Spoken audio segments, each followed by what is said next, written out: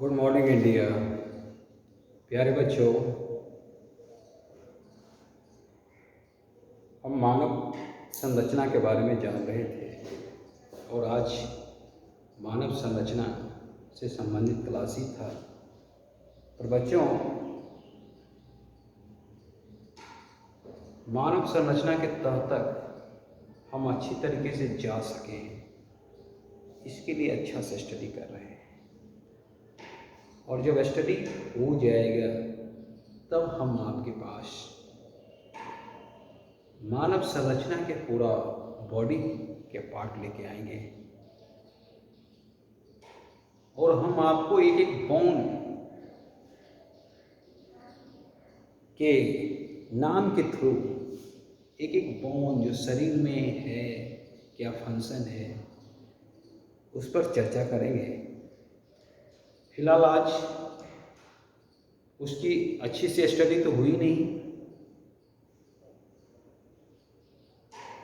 तो आज किसी और चैप्टर पर चलते हैं। 2 दिन बाद आज से माँ दुर्गा की पहली पूजा स्टार्ट हुई है, तो क्लास शुरू होने से पहले एक बार बच्चों माँ दुर्गा की जय बोलिए। बच्चों एक बार बोलिए, माँ दुर्गा की जय। इसके बाद हम क्लास स्टार्ट करेंगे।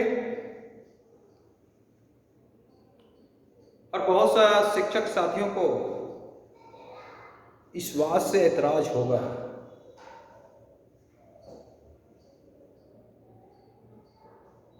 तो ऐसी कोई बात नहीं है।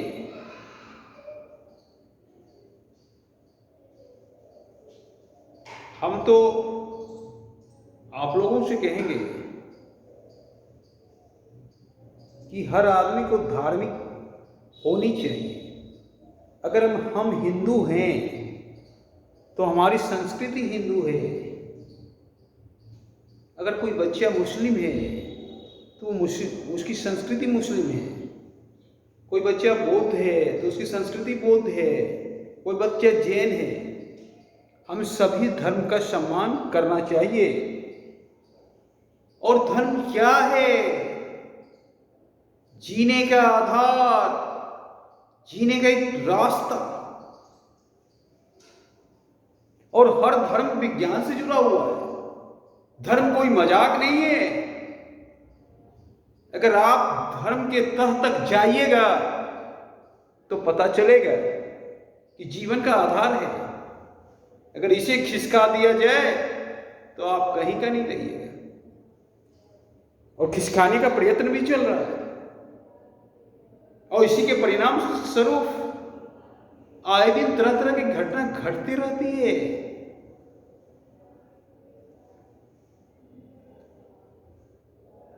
कोई भी धर्म को जो बनाया गया है भौगोलिक संरचना के आधार पर हर चीज का ख्याल रखा गया है।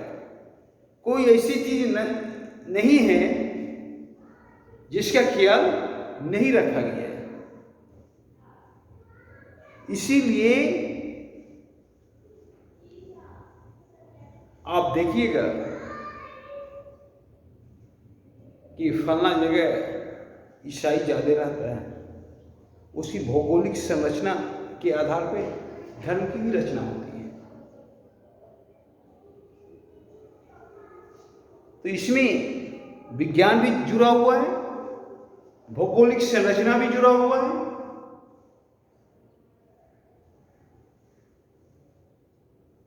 तो धर्म जीने का रास्ता है और हर आदमी को धार्मिक होना चाहिए।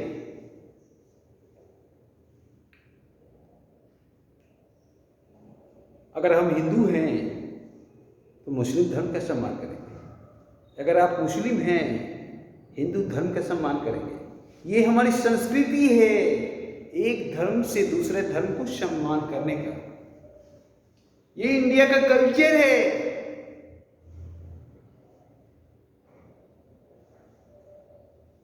सब धर्मों का सम्मान करना मेरा कल्चर का हिस्सा है। इसलिए बच्चों, पहले तो ये जाने कि माँ दुर्गा की पूजा किस क्षेत्र में सबसे ज्यादा होती है।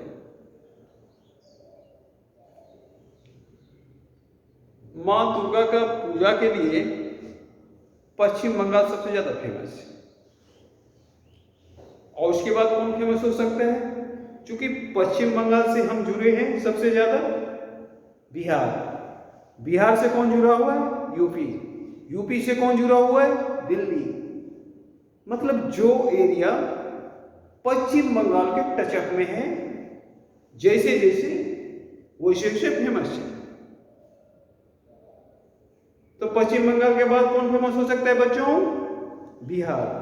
बिहार के बाद कौन फेमस हो सकता है? यूपी। यूपी के बाद कौन फेमस हो सकता है? इस तरह पूरा इंडिया में दुर्गा पूजा का उत्सव होता है। क्योंकि पश्चिम बंगाल से कहीं ना कहीं पूरा इंडिया जुड़ा हुआ है, तो पूरा इंडिया में दुर्गा पूजा का त्योहार धूमधाम से मनाया जाता है।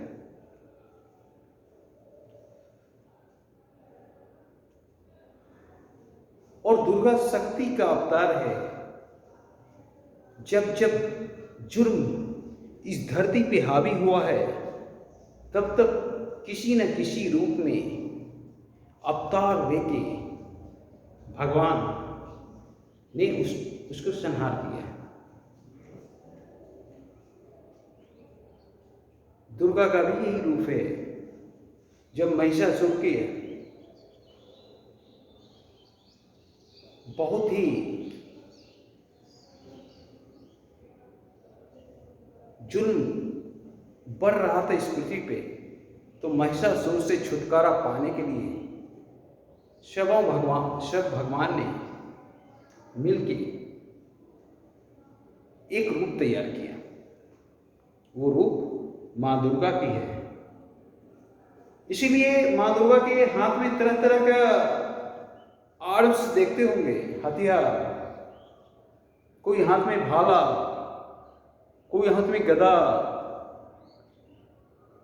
कोई हाथ में शंख, कोई हाथ में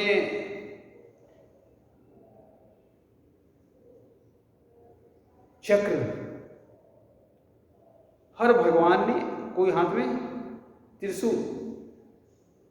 हर भगवान ने दुर्गा मां का निर्माण में कुछ न कुछ साझेदारी दी है, एक शक्ति बनाया है महिषासुर से लड़ने के लिए। अब चूंकि दुर्गा मां का रूप है,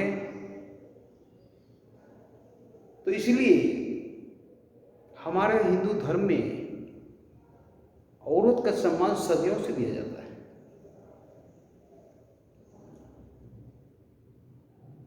हम नारी को लक्ष्मी भी मानते हैं, नारी को सरस्वती भी मानते हैं, और जरूरत पड़ने पर नारी काली भी हो सकता है और दुर्गा भी हो सकता है।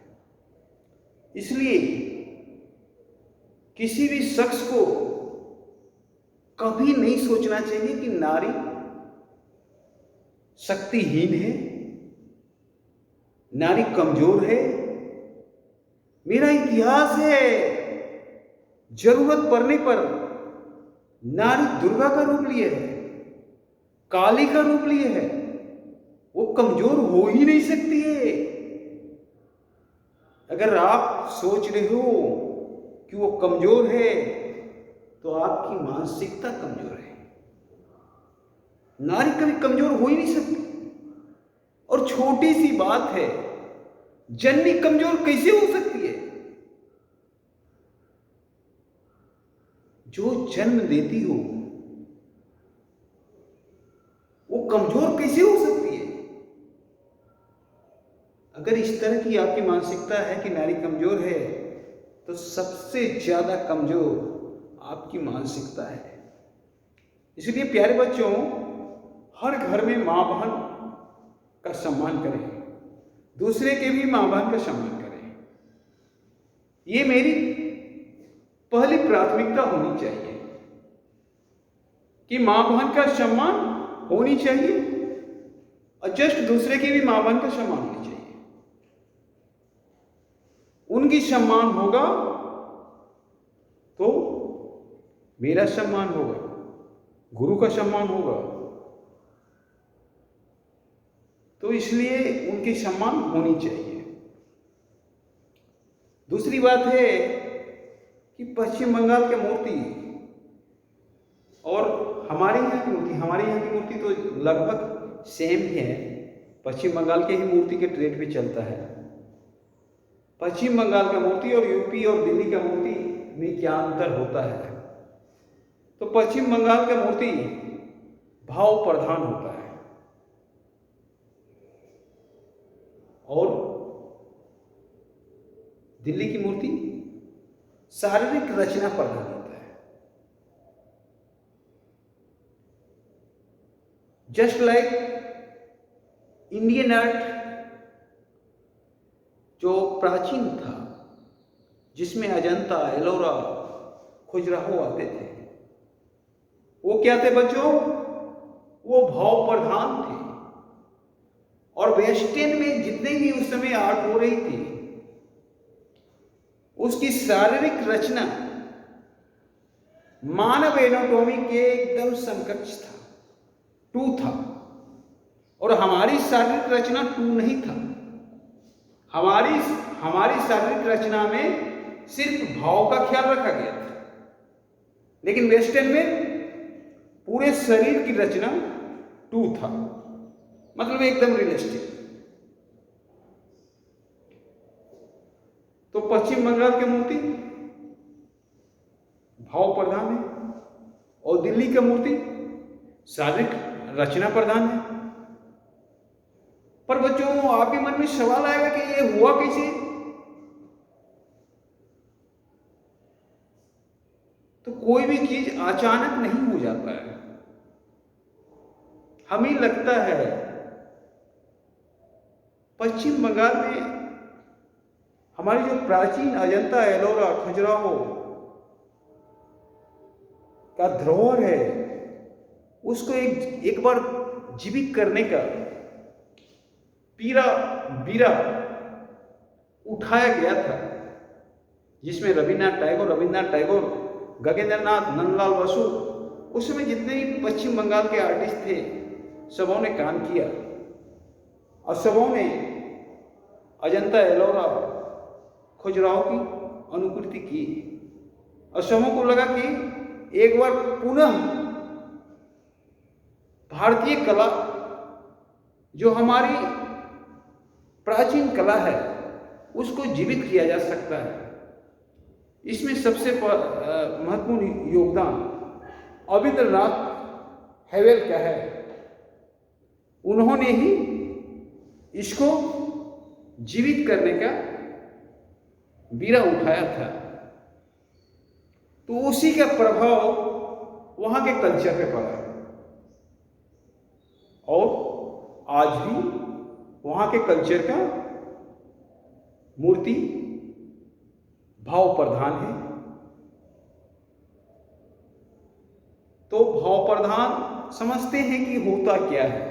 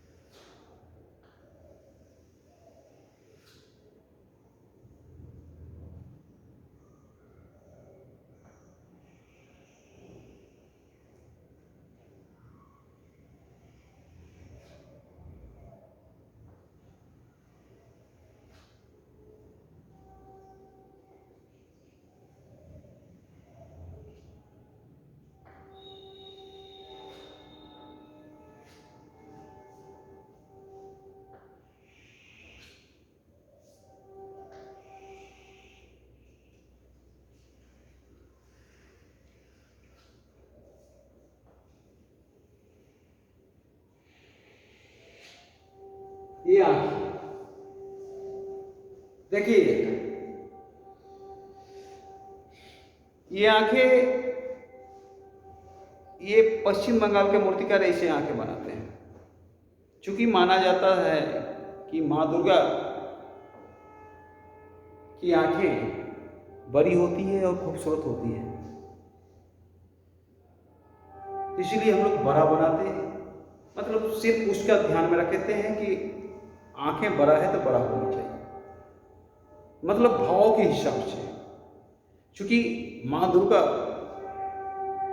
जब आदमी गुस्सा में होता है तो आंख बड़ा हो जाता है, और महिषासुर से लड़ने के क्रम में माँ दुर्गा की आंखें बड़ी दिखती है। तो इसी चीज का ख्याल रखा जाता है, भाव का।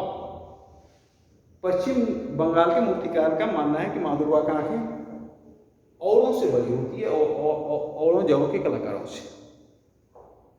तो आप समझ गए होंगे कि भाव प्रधान किसे कहते हैं।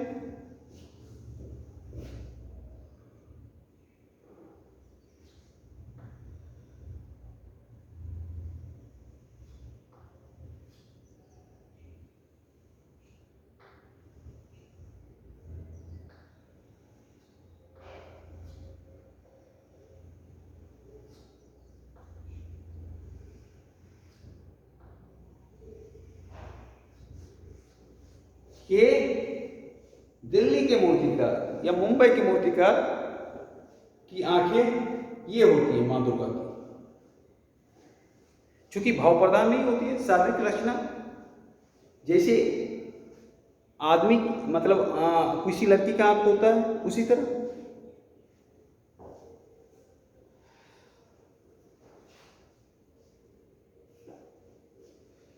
तो आप समझ गए होंगे कि क्या अंतर है और कितना अंतर है भाव प्रधान और एनाटॉमी, संरचना के आधार पर चलने के क्रम में। ठीक है,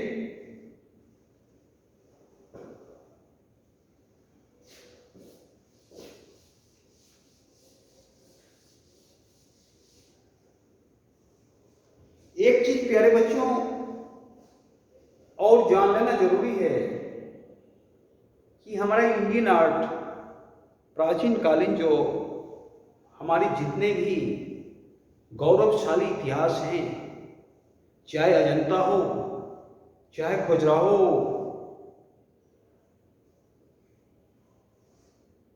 चाहे एलिफेंटा हो,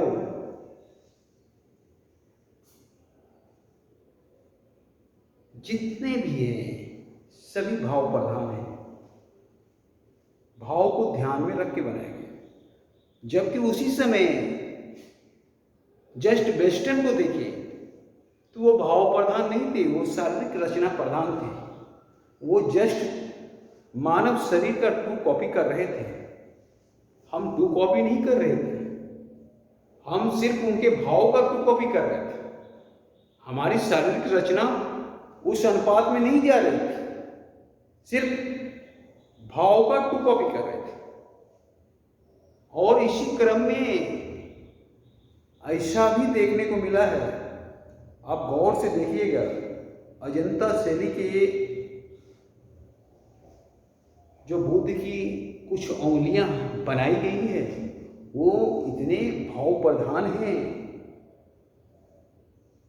और इतने सजीव लगते हैं कि पूरा वेस्टर्न एक तरफ हो जाए और अजंता की एक हाथ का ड्राइंग एक तरफ हो जाए, काफी है हराने के लिए।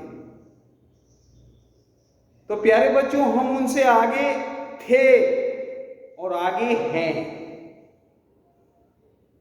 मार खाए थे हम, उस समय हमारे यहां आर्ट पे लिखने वाला इतिहासकार नहीं था और उनके यहां एक से बड़ा एक राइटर थे जो आर्ट को समझ रहे थे, लिख रहे थे। हमने इस मायने में मार नहीं खाया कि हमारे यहां काम नहीं हुआ। आज भी हमारे यहां का मौर्यकालीन स्कल्पचर यक्षिनी किसी भी वेस्टर्न स्कल्पचर पे भारी पड़ सकता है, किसी भी वेस्टर्न स्कल्पचर पे भारी। और सबसे गर्व की बात है कि वो हमारे यहाँ का है, वो हमारे बिहार का है, वो अभी बिहार संग्रहालय में रखी हुई है। उसका मोल उतना ही है जितना मोल मोनालिसा का है। अगर आज भी वैसे आर्टिस्ट का, जो आर्टिस्ट ने यक्षिनी की रचना की है, उसका पता चल जाए तो विंची से ऊपर उसका आर्टिस्ट हो जाएगा।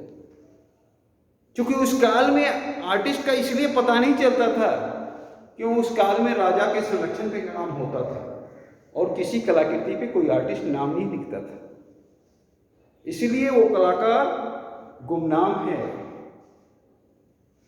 हमारे यहाँ काम एक से एक हुआ है, हम किसी मायने में किसी से पीछे नहीं है।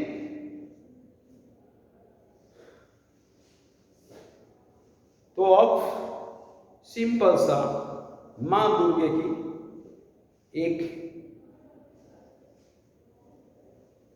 फेस का,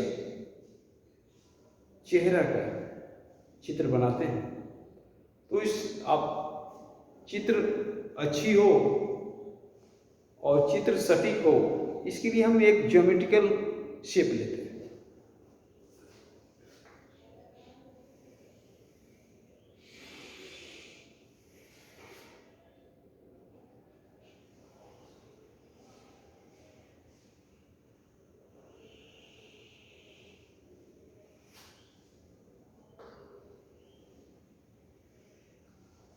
ये क्या हो गया प्यारे बच्चों? अर्धवृत्त, ठीक है। अब इसी को बीचों बीच बांट दो, बढ़ा गया। अब इसको दो भाग में बांट दो। अब इस सरफेस पे आंख का निर्माण करो।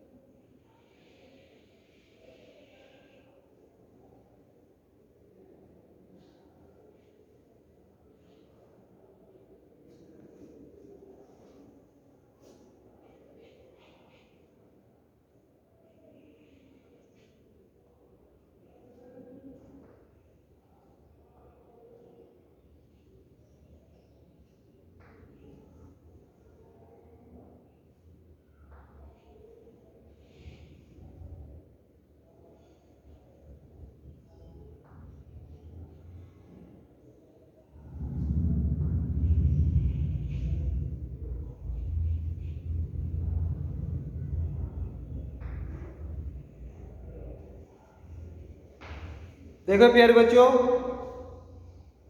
कितनी खूबसूरत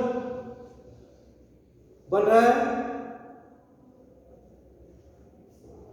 अब थोड़ा सा इसको बड़ा कर देंगे।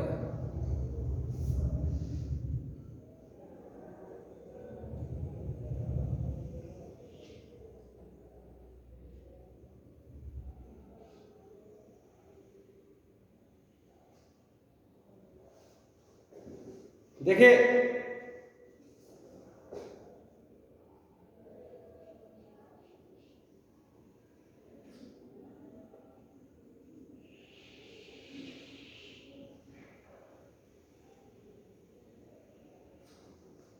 अब जो है डेकोरेशन के ख्याल से जैसे माँ का गहना मुकुट बनाएंगे, इसको भी ज्योमेट्रिकल शेप में ले लीजिए ताकि आपका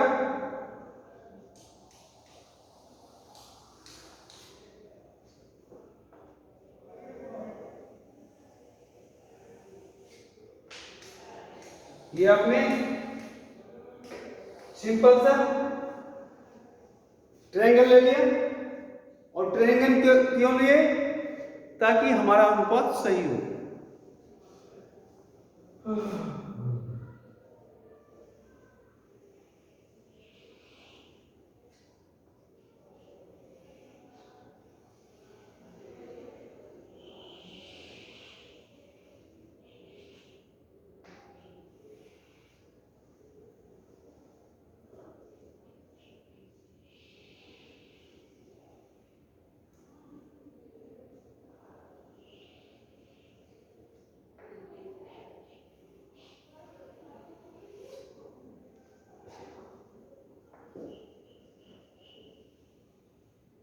देखिए,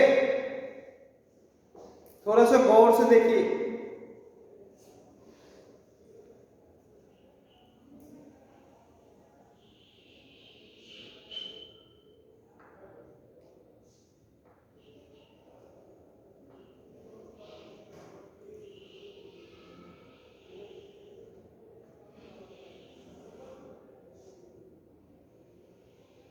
ये हो गया। अब ऊपर वाला गहना का निर्माण करेंगे जिसको मां की मुकुट बोलते हैं।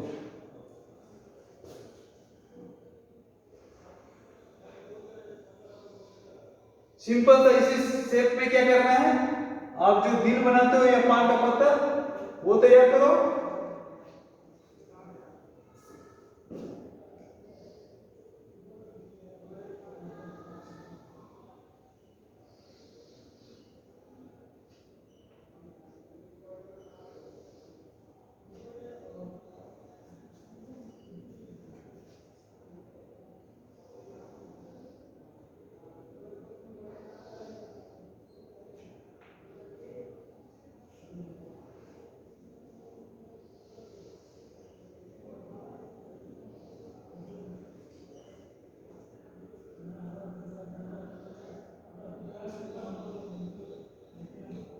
देखो प्यारे बच्चों, कितना जोरदार तरीके से ये ड्राइंग तैयार हो रहा है। और चूंकि ज्योमेट्रिकल शेप लिए हैं इसलिए ये ड्राइंग परफेक्ट भी हो रहा है। अगर हम ज्योमेट्रिकल शेप नहीं देते तो ये परफेक्ट नहीं होता। ज्योमेट्रिकल शेप ग्राफ का काम कर रहा है, तो इसीलिए ज्योमेट्रिकल शेप लेना बहुत जरूरी होता है। और किसी भी जिंदगी को जीने के लिए भी एक आधार होता है, उसी तरह से ड्राइंग के लिए भी एक आधार तैयार करना पड़ता है। जस्ट जिंदगी और ड्राइंग सेम है, जिंदगी का हर फंडा सेम है, समझने में थोड़ा सा अंतर हो सकता है। क्रिकेट खेलिए या बम बनाइए, दोनों में जो एक दिमागी कसरत होता है कहीं ना कहीं सेम होता है। तो हर चीज अगर आप जान जाइएगा तो पूरा ब्रह्मांड एक है, आप कुछ अलग नहीं कर रहे हो। जो नहीं जानता है वही अहंकारी होता है, उसे लगता है कि हम कुछ अलग कर रहे हैं। आप कुछ अलग नहीं कर रहे हो, इसलिए अहंकारी बनने का बच्चों को कभी प्रयत्न नहीं कीजिएगा। अहंकार विनाश का कारण है। रावण जैसे अहंकारी व्यक्ति का अहंकार टूटा है। आप क्या हो? आप तो कुछ हो ही नहीं। ठीक है।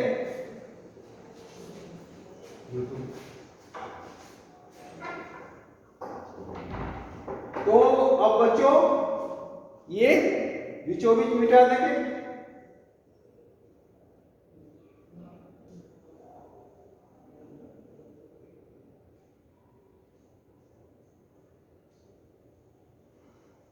मिटा दिए। अब इसमें थोड़ा सा डेकोरेशन करते हैं। क्योंकि समय कम है इसीलिए मोटा मोटी करते हैं हम। आप अपने ढंग से कर लीजिएगा। कोई जरूरी नहीं है जो हम किए वही आप कीजिए। इस चीज को 1000 तरीके से बनाया जा सकता है।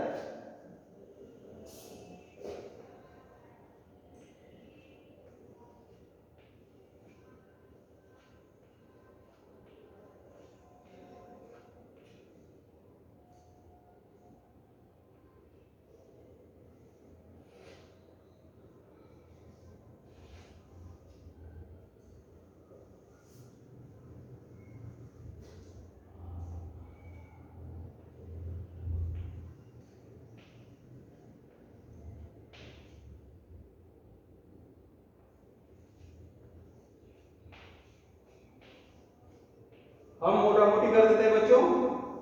आप कर लीजिएगा घर पे।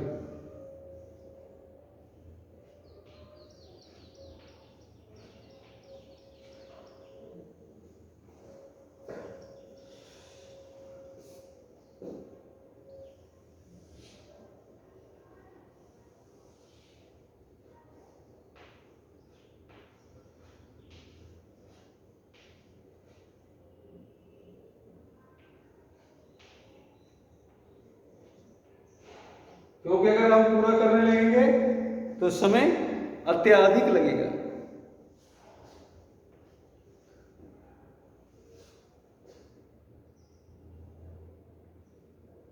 अब इसके थोड़ा सा एक यहां से यहां तक खींच लीजिए। ठीक है। और इसमें गोल गोल करके दे दीजिए, जिसको हीरा मोती जवाहरात बोलते हैं।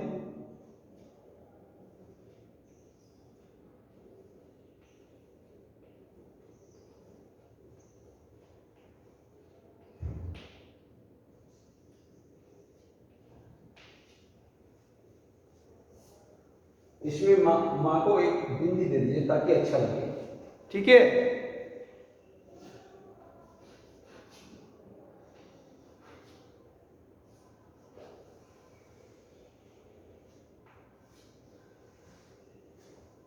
ये नीचे में भी कहना दे दे माँ को। जस्ट ऊपर वाला दीर्घ या पान बनाओ। ठीक है। जस्ट उसके भीतर में एक दिल या पान बनाइए। क्योंकि दिल तो आप लोग काफी बनाते हैं इसलिए दिल तो बना ही सकते हो।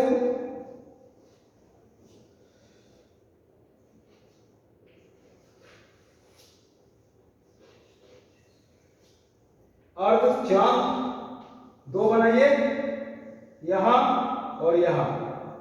इसके नीचे भी अर्ध चांद, इसके एथे में भी अर्ध चांद और एक अर्ध चांद को आप लोग अच्छा लगने के लिए शेरो दे दीजिए।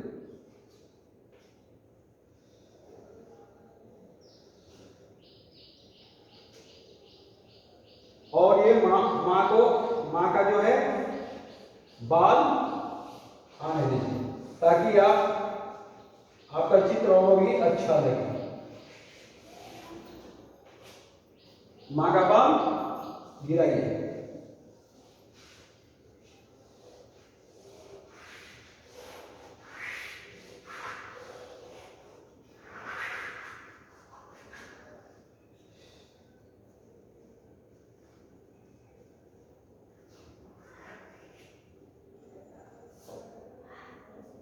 अब चारों बगल डेकोरेशन के ख्याल से गोल गोल कीजिए।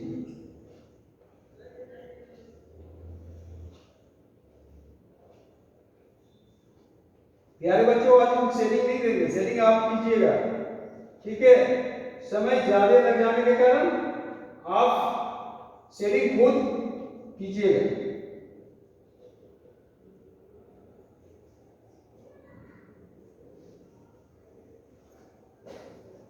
और आप इस त्रिभुज को मिटा देते हैं, ये जो संरचना का आधार था इसको खत्म कर देते हैं।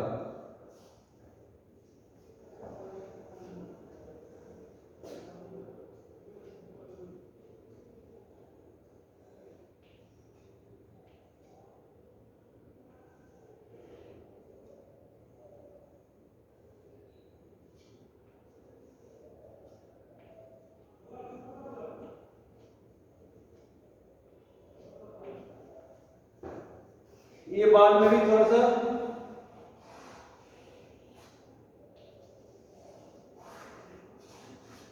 सा ये इधर गिरा देते ताकि अच्छा लगे।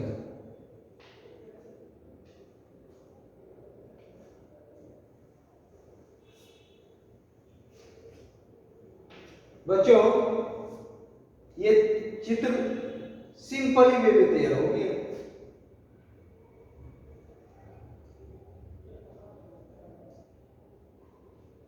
चूंकि शेडिंग आप कर लीजिएगा और शेडिंग देने के बाद चित्र और भी खूबसूरत लगेंगे।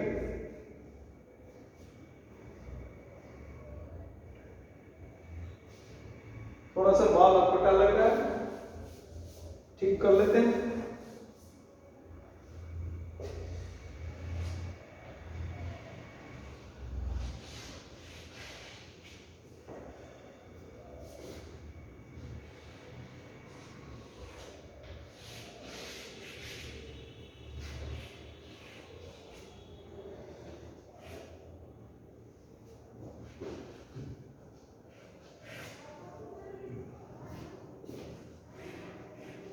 हाँ,